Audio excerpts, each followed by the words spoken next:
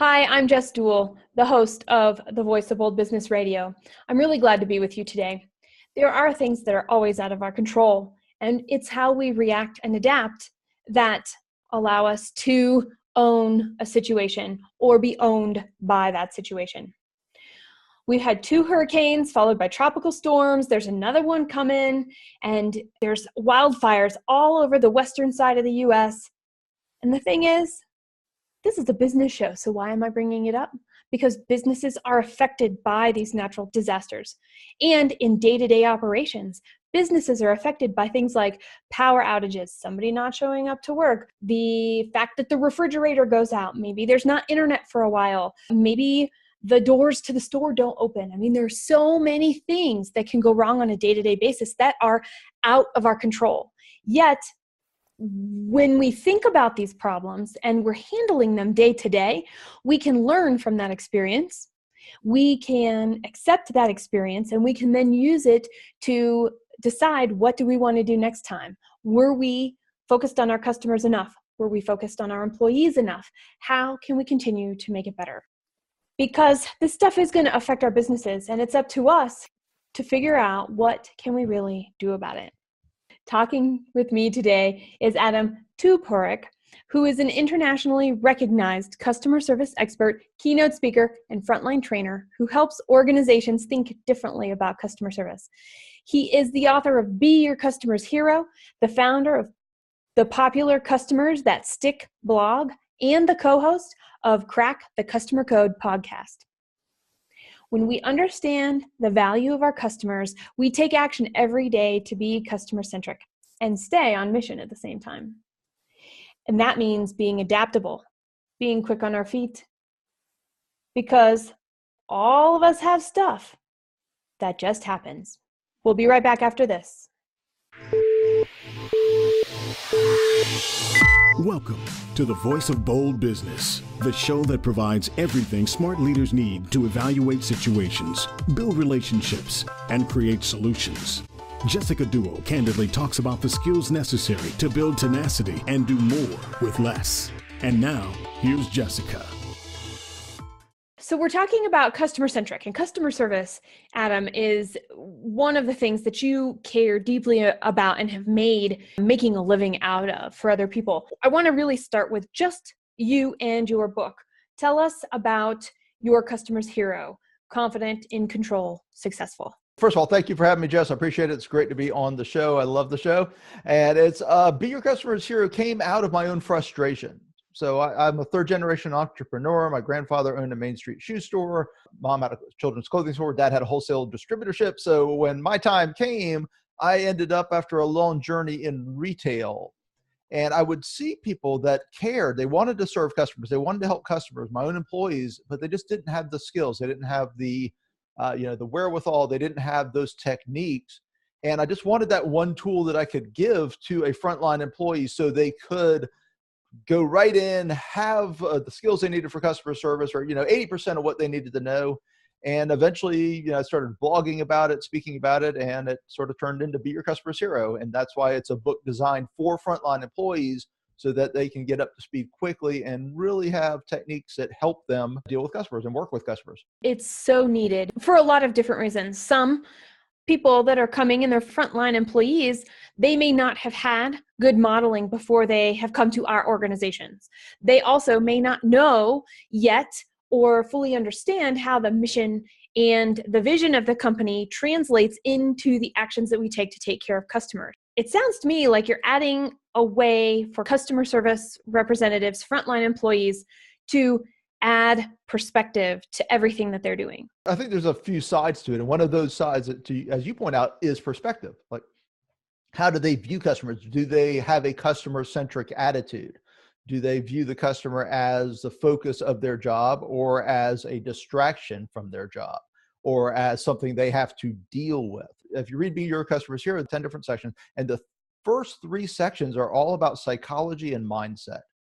Because when I do workshops and training, when I had my own employees in the retail environment, I would see how much of an impact not understanding the psychology of customers was for them, the skill of knowing how to read people, of knowing how to depersonalize anger and things like difficult situations, but also the ability to understand that they're there to serve the customers, to have that attitude that the customers are part of their job, and not only part of their job, in most cases, especially with frontline employees, the core focus of their job, what they need to be focused on. When you look at it that way, that word you use, perspective, is really important. And when you're talking about frontline, I'll add one other thing. A lot of times, this is their first or second job. A lot of cases that there are younger people in these roles and they haven't had a lot of experience. And unless they've been with a good company that's trained them well, you don't naturally become customer centric. The whole population doesn't. Some people just are. They're just people, right? People. Is that a thing? It is a thing. Right. So, but that's a small percentage. And a lot of people need to be trained. They need to understand why it's important to create great customer experiences and to focus on what customer needs are. I think we can make a new hashtag. People. People. For sure. So it's going to show up. It'll be in the show notes. It's going to crack me up. You'll see it in a couple of tweets. I like it when we come up with fun things like that. Nice. Let's talk a minute about that, because if I'm a business owner and I know this type of employee is going to be entry level, low experience to no experience, I may have some expectations of these people that are the wrong expectations, Adam. I may expect them to be able to solve a problem or to be able to know what the escalation process is. I was going to say chain of command, but it didn't fit there. So the escalation process. And when they don't figure it out on their own, I see. So on the line of work that I'm doing, I see business owners getting very frustrated by that. Why don't they know this? How come they can't show up this way? Why do I have to teach them everything I know? They had jobs before, even if they were other entry-level jobs. I have serious opinions about that. I want to know what your serious opinions are about it. I'll say my little phrase. I do. You obviously feel strongly about it, and I actually do too.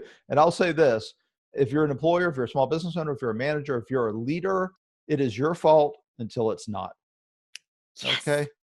And what I mean by that is there's a lot of ways that we don't support our teams. There's a lot of ways which leaders and owners expect their employees to either have the knowledge or have the skills or have the right attitude, and they haven't done anything to shape that. And the less experienced the employee, oftentimes they lack the skills. In some cases, with more experienced employees, they have gotten what we call triggers. They just don't like customers anymore. They've been through the ringer. They haven't had the ability, they haven't had the coaching to help them understand it's not personal most of the time. Depersonalize it. Don't let the one bad apple spoil the 99 good interactions you had. And you've got a lot of different dynamics. And as a leader, I think one of the things you have to do is you have to give them, one, the perspective, two, the tools, and three, really the support. And that comes in a lot of different ways. So if you look at it from a perspective of a leadership, giving them perspective, part of that perspective is you. How do you talk about customers? How do you act around customers? How do you treat customers? Oftentimes when a company will call me, they want a workshop or a training, and they always say the same thing. We want you to fix our team. Okay. We might have to dig in a little more, but that's what they want. And I ask them, a lot of times I'm dealing with sort of executives or somebody a little bit higher up than actually the person who manages the team, and we'll bring them in later. But I often ask, one of the questions I ask, and it's a painful one, is the leader of that team, is the manager the most customer-centric person on that team? And when they say no, I say, well, you've got an issue right there. Mm-hmm. If the leader, if the manager, if you as a leader or manager or business owner or supervisor, if you're not the most customer-centric person in the building, if you don't have the best attitude about customers and serving them, you cannot expect your team to have it. Lead by example. Are you listening, everybody? This is a lead by example. I just want to replay that over and over and over again, Adam, because it's so true. I like that you shared 3 things that leaders must look at to increase their perspective. And I like that it's your fault until it's not, for a variety of reasons. When I think about small businesses or even franchises or even non-franchises, but that have many store locations, it comes down to who's there, who's in the building, and then what are we doing for them? Because I remember I worked at a shoe store. It was my favorite job ever. I happened to like shoes and I happened to be really good at it. And I had no idea why. And you look back and you're in the middle of it going, why am I so good at this? Why is it so easy? You know, we had a lot of stuff to do. We had work to do for our entire shift that had nothing to do with customers. And we were supposed to sell shoes also. And when that type of scenario is in place, it's very easy to flip from being customer centric to having this customer be a distraction. And for anybody who's never worked retail, we can identify the same thing and use the analogy of that next meeting that we have. People, I think, can look at meetings similarly to the way that they look at interacting with customer service. It also happens in customer service centers that I've seen that are not face-to-face customer interactions where you've got emails or phone calls. It's much easier to get weighed down, bogged down, distracted, frustrated by the fact there's only so much that can actually be done, or the fact there's other stuff or requirements. We're trying to keep calls to a certain amount of time, or we're trying to answer a certain number of emails in an hour. And when I get a phone call, I can't answer that number of emails in an hour. It's an interesting struggle that each of these people, in whatever respective role they're in, faces, just like a secretary or a project manager or a developer is going to go to a whole bunch of meetings that don't really help them out in their job. They might be helping other people in their job. It takes away from the time that they get to do their own tasks and take care of their own responsibilities. In those situations, I know you have some advice for us and some ideas for us of how do we shift that around? How do we find out we have flipped away from customer centricity, and what do we do to bring it back? We can actually go back to the phrase, which is, it's your fault till it's not. In those examples you just gave, let's take the shoe store example. Everybody who works retail has to stock shelves, take out the trash, do all kinds of different things, right? Mm-hmm. Now, if you as the manager of that store or the owner or whatever you may be, if you at the end of the day rake your employees over the coals because the shelves weren't stocked, it's not because they were on Facebook. It's not because they took a 3-hour break. It's because they were serving customers. And if you do that, if you say, well, what doesn't matter, you should have had those shelves stocked, you should have had your checklist done, you should have had X, Y, Z. The minute you do that, you send a signal. What's most important now? The checklist. There's a blog post on customersthatstick.com, that's our blog, that's don't put the customer service checklist ahead of the customer or something like that. But even that's not even a customer service checklist. That's just an operational checklist. Did you do the trash? Did you do this? Did you do that? And when you focus on these things and you do so at the expense of the customer, that's the lesson they're going to learn. They're going to learn that the checklist is more important than serving the customer. This also happens with incentives. If you have sales incentives, but you're not looking at an entire picture, let's say you were just incentivized to do sales. What if that was everything they were pushing with the sales numbers, but nothing else? And the sales numbers are fine in context of a larger experience. Then what are they going to do when somebody comes in for a refund or a return? What are they going to do when it's not their sale and the person whose sale it is on break, right? Right. Now, a lot of sales teams work as teams and things, but a lot of don't. And that's often has to do with the culture and has to do with the incentives. It has to do with what the leadership is setting at the top in order to create, sort of the numbers they want to generate those numbers, but at the expense of a customer experience or at the expense of, in many cases, of the employee experience. Mm-hmm. And in these cases, this is where you get back to it's your fault till it's not. Well, you're in charge of the culture. You're in charge of the incentive program. You're in charge of saying what's a priority and what's not. You're in charge of saying, okay, this is something you need to correct. And when they say, well, I was helping this customer, this happened today, you're the one that can either say, well, I don't care, you need to do it, or, oh, okay, I understand. Well, that's great. Always take care of the customer. We'll find a way to get this list done. How you answer that question, how you handle that situation is on you. It's not on the employee.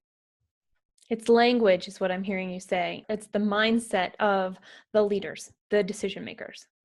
Absolutely. It's how you communicate, and it's how you communicate priorities and how you demonstrate that through your own actions. Remember, the end of that phrase is until it's not. So let's sort of back away and talk about employees. I'm here in Central Florida, as you know, because we've been discussing Hurricane Irma and things offline here. We used to love when we'd get somebody who had Disney on their resume. Didn't mean they were a good fit. It didn't mean they were going to be a good employee. What it meant was they absolutely had some of the best frontline training in the world already.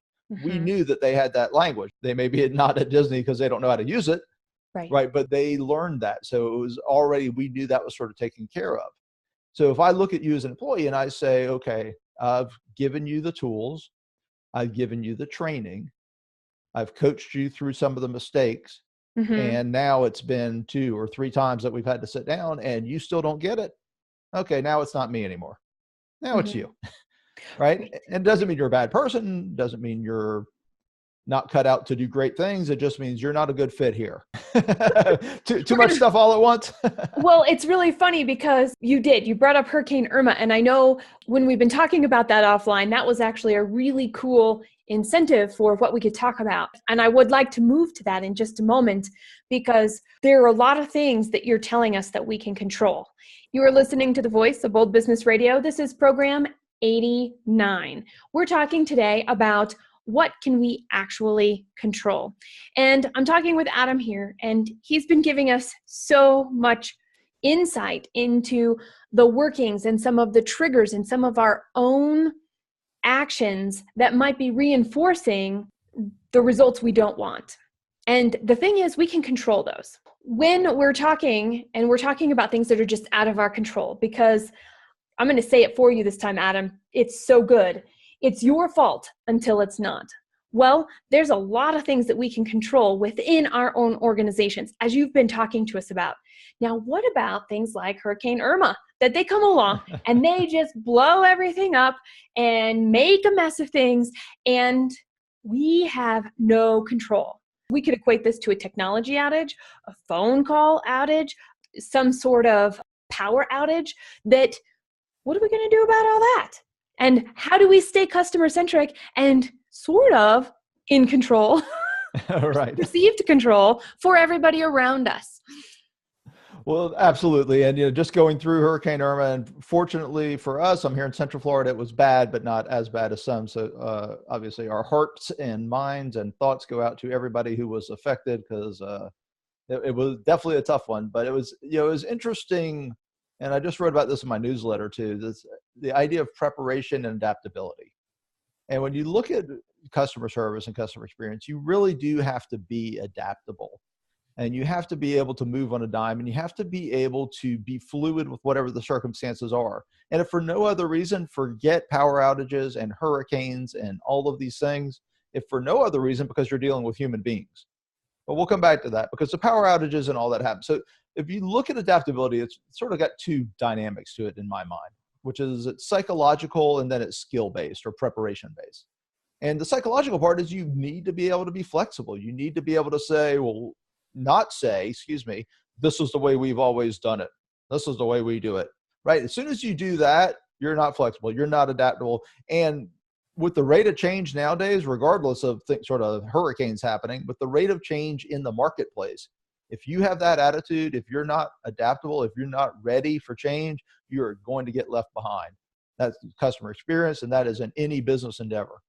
And the second part is preparation, and not just preparation, but skills. Because we'll use not only Hurricane Irma, because here in Florida, we're prepared for hurricanes. They were really ahead of the curve. Give props to the government in this case. They really did do a good job of being ahead of it. And part of that was it was easy, I think, because it was the biggest storm in the Atlantic ever. So it was like, uh-oh. On a personal note, I was actually out of town, as you know, because I called you from vacation. We had to reschedule the interview. And I was on vacation and had to cut my vacation short to come back to Irma. And the run on the stores had already happened. A lot of stuff was already gone. So what saved me? I was already prepared. I had prepared years ago. I had been prepared because I've been living here for a while. So when I came in, I had stuff I had to do, but I did not have to go get things. I did not have to go do things. I did it just for comfort and convenience, but I didn't need to. And the same thing comes into our organization. So let's take that principle and apply it to customer experience. Look at what just happened with Equifax. All right, so we all know the Equifax breach just happened recently, 140 million or something accounts, I know, horrible. And you know who could never have prepared for that specifically? LifeLock and Identity, Identity Force, and all of these people that do monitoring. And I just got through writing about what happened to Identity Force. They have had, I think, 800 and something days they've been on a review site called Trustpilot. 20% of their reviews have come in the last 10 days. Wow. Okay. And I don't know when the date of this will be, but so when I wrote this, it was in the last 10 days. Because what happened? They got swamped. And it's a happy problem, but the scale of it was so big that they couldn't keep up. They couldn't keep up from a personnel standpoint. They couldn't keep up from a technological standpoint. And at some point, there's things you just can't prepare for. Right. But what you can do is to prepare your people to be flexible. That does not solve every problem, but prepare them with the skills and with the knowledge base needed to react to certain things. Because I'm sure these organizations were probably prepared for a bump in business because an identity theft was in the news, or some big identity theft news, right? They're probably prepared for a nice little bump when that happens. They probably have had that happen before. But this thing, Equifax, the greatest, worst one in the history of ever, right? Yeah. That's a technical term, the history of ever. I like it. How can you prepare for that? You can only prepare sort of the skills, and you have to, and have your people be adaptable and have the language, have the communication plan to move as fast as possible. It doesn't mean you're going to, be as if you were, because probably, honestly, to prepare for this would be unrealistic. It would be like they had an entire call center sitting by waiting just for the event, in case the event might happen. That's not realistic. That's not going to happen. Right. So you can prepare for adaptability and give people the tools to improvise and adapt. And a lot of that has to do with knowledge and communication. A key word you just used there was improvise. A lot of companies think that they can control every step of the way when they have to pull out these plans that they never thought they'd use. And the thing is, when you pull them out, it's going to be nothing like what the worst thing or the best thing we could have ever thought would have possibly happened. And it comes through practice and through drills. And a lot of companies do not, and I'm not necessarily saying they should, I'm just stating the fact that they don't. They may have these plans. They don't walk through what that looks like with all of their people. So when we have this bump in business, what does that mean for us? How is it going to make us feel? What does that mean for the number of calls we're going to try and, we've got to abbreviate some things and make space for other things and make sure you are taking care of people answering the phones and the emails and watching people walk through the door. I mean, think about the store owners and the people at the stores when there were the run on the stores to get all those supplies because so many people were unprepared. There's a lot of situations just in terms of preparedness. They knew it was coming. They probably stocked up. Your government knew it was coming. And I love city planning. Here in Boulder, every few years, they work with what is it going to look like we have wildfires here and forest fires here. And so what does it look like and how do they close streets and actually go through the evacuation process and be walking down the street and knocking on the doors and talking to the people in the neighborhood, even though there's nothing going on? Because they're bringing something like 7 to 10 different agencies together to have an interagency response to a community. And the same thing happens in a company. You have all these departments that are going to be like, yes, all hands on deck. And if we never talked about how to have all hands on deck, everybody's falling over the edges. And we don't want that, do we? Right. No, exactly. We don't want people stepped on or trampled. We really want to bring that together and have it be somewhat functional. So understanding how those different pieces work together is part of that plan. And they can be practiced on small scales with bumps in sales, even if it's just from a sale that's run. Oh, an increase in traffic. Now, look what we can do. We can see how we could scale. Absolutely. And to take your city planning sort of metaphor a little bit further, what's the key to all these governmental planning, city planning, is encouraging citizens to be individually prepared. Yes. Because every citizen that's prepared is one less they have to support when there's time, and they need, there's only going to be so many resources. And that's where it comes down to preparing your teams. And one of the things about it, I think that gets lost in this discussion, is when you prepare your teams, you increase the employee experience. You make the employee experience better because you decrease their stress. I mean, the only reason I wasn't not just a ball of stress when I'm hundreds of miles away and I've got to come back, fly towards a hurricane. By the way, very easy to get a flight when you're flying to a hurricane. Just anybody who ever wants to do that, letting you know, very easy to get a seat. But when you're flying to a hurricane, one thing to reason I wasn't stressed out, I wasn't even that concerned, was I knew everything was here. I was already prepared. I knew I had the stuff I needed. And that comes down to the organizational level. When you look at it, when you're preparing an organization, giving them those tools, saying, oh, here are the different things that can happen, we think. Right. We don't know the scale. We don't know what the conditions will be when they happen, but here are some sort of obvious things. Technological failure. Look what happened with Delta a few months ago. Yeah. Oh, I know, right? Remember that? I mean, I do. their system just stopped. Just like, just okay, we're just not flying anymore. And it was just, it was absolute nightmare. And I like Delta a lot. They were my main carrier, but at some point it was just too much for any organization. In that case, once again, the only thing they could really do was have a communication plan, have employees on the ground so that when they had to give bad news, they knew how to give bad news. When they had to work with a customer who was irate and had to go across country for their sister's wedding, right? Or whatever. So, I mean, you forget it's not just people like catching flights home. I mean, people are going to things, people that have to get, like me, if I had a speech the next day, I mean, I didn't have to deal with it. I wasn't flying that week, but I mean, these things are important. So having people on the ground that know how to adapt to, know how to look for different things. In some case, I know they were putting people on buses in some cases and things like this. So is it fair to say an organization that is imprecise with their languaging around the exact type of customer service, that mentality of, well, it's customer service, don't you know how to do that? When we've got those two things going on, that's when our employees will get tired.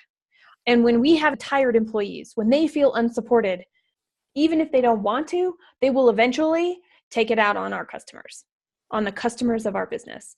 And that's something I think you've alluded to and haven't quite said straight up, and I really want to bring it to the forefront, is we must take care of our people in-house. When we are taking care of our people, we know our people can take care of our customers. Let's step back from sort of the disaster scenarios and let's just talk about day-to-day operations. One of the things that I've got a dog in this hunt. I do training, so admittedly, but one of the things people simply don't do enough is training their people.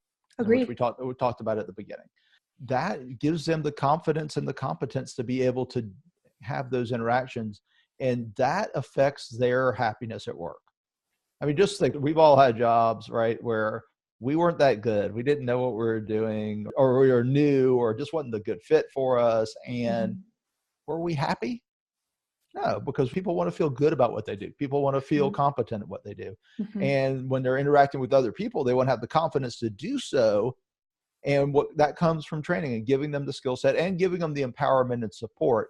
And all of those things absolutely not only affect how they feel, but, I like to say it this way: miserable employees don't deliver great customer experiences.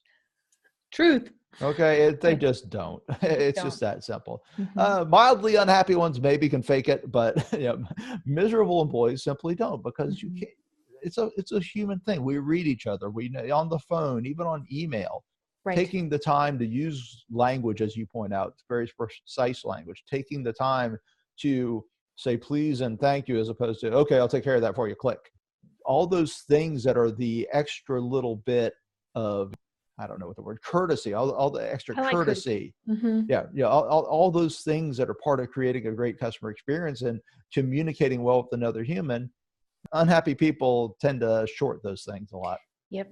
There's another blog post that you wrote that I'm going to link to in our show notes, and it's about the fact that customer service is an unequal relationship. And I'd like you to talk to us a little bit about that, because I think it underscores and adds to the points that you've just made. Okay, absolutely. Well, and thank you for linking to the article. Yeah, it's very simple. It's customer service. Serve is the operative word. We are here to serve the customer. Dealt with this in my own business. I've seen in my trainings. Sometimes people will like, well, I'm not going to do this, and the customer shouldn't do anything. There's a line which the customer shouldn't go past, where they're abusive or disrespectful.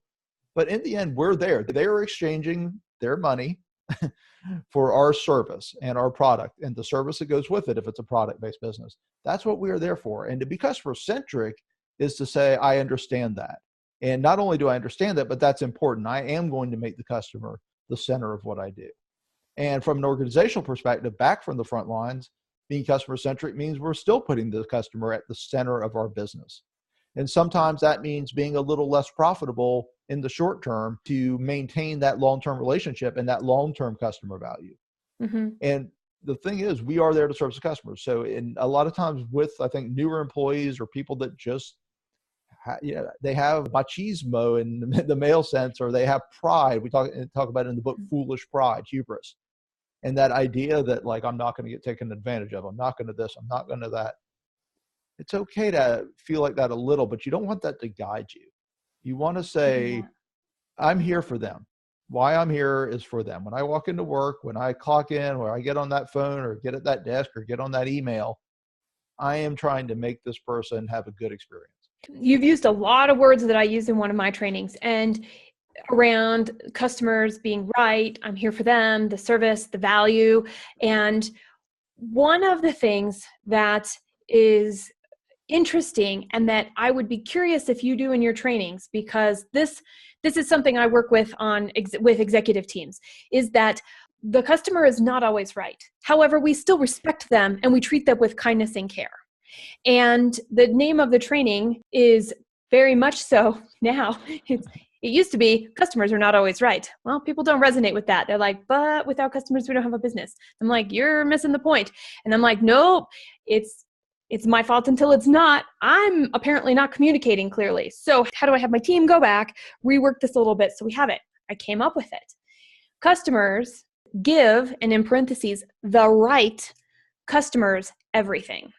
And so as a frontline person, as somebody who's answering these questions, one of the things that is pretty amazing in this power to understand what's going on in a business is when we can go, man, we're getting a lot of calls about this such and such, or a whole bunch of people are returning this product because of this particular reason.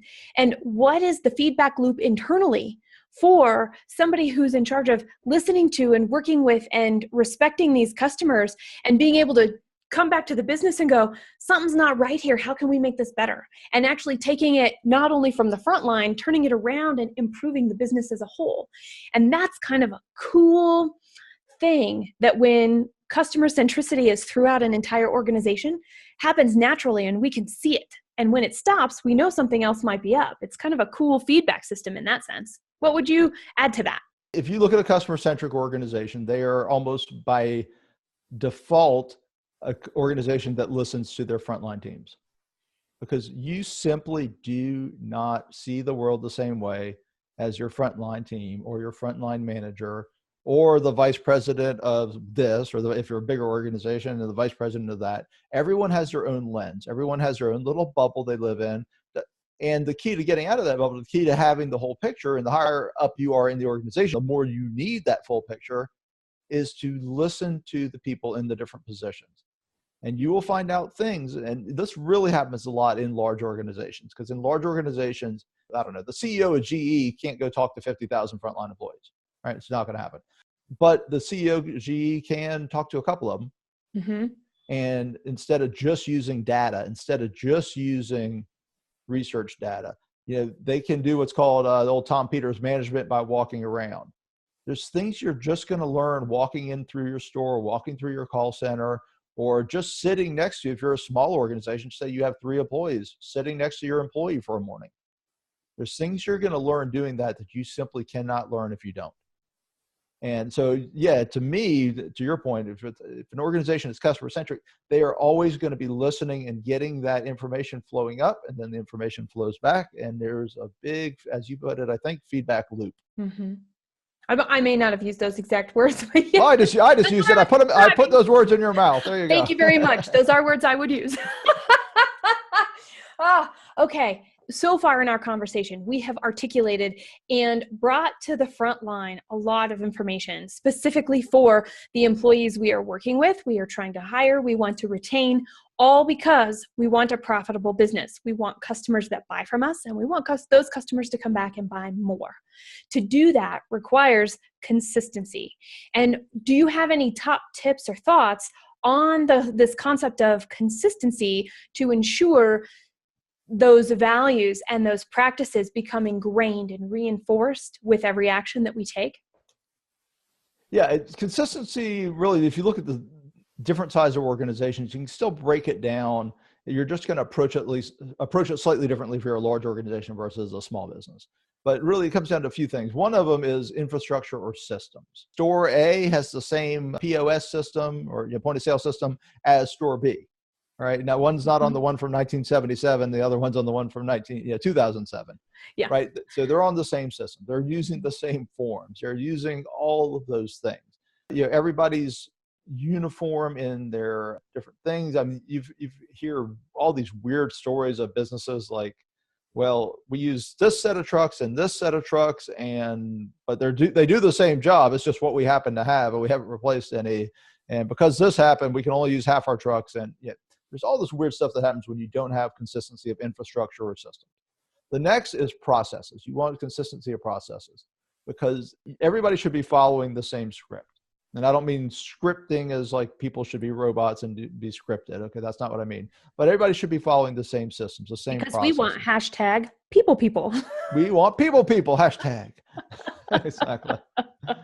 And maybe I think I'm going to use Starbucks as an example here because they're a great example. I mean, Starbucks, if you ask for the coffee 98 times out of 100, it's going to be made the same way by the barista in the Seattle Starbucks and the Austin Starbucks and the New York Starbucks, right? Mm-hmm. That's what they want. You want that system. And the reason they're able to do that is because one, the process is the same everywhere. They have a manual, they have a procedure or a recipe, I guess in this case. And the second thing in that piece is training.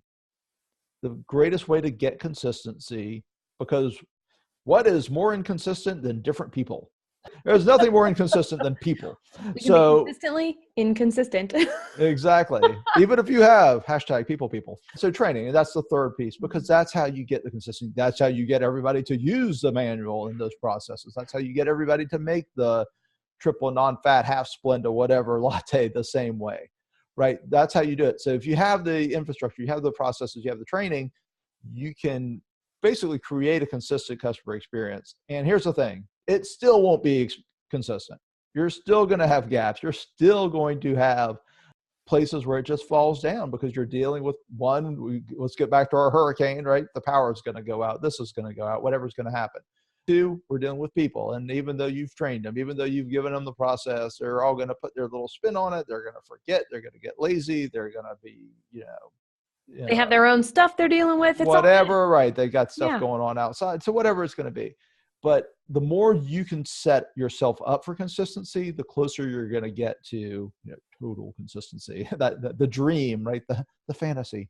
And you don't want it to be robotic anyways. You don't want everybody to act the same. That's why I believe in scripts as a training tool, but not as an execution tool. Because you can teach language with scripts, but you don't want people to be scripted. You don't want people to be like, well, Jess, thank you so much for your coffee order. I have a triple non-fat latte. And thank you for doing business with us. I've heard of baristas, writing little quizzes on the side of cups and things like that and doing all kinds of fun stuff and showing their personality. And you want to set that up, but you want to make sure the core product, the core service is consistent because they do not want to come into Starbucks in the morning at 5:30 a.m. on their way to work and not know that they're going to get their drink and not know they're going to get it within X number of minutes time frame, etc. I want to talk to you forever. Yeah, that would be fun. It would be really fun.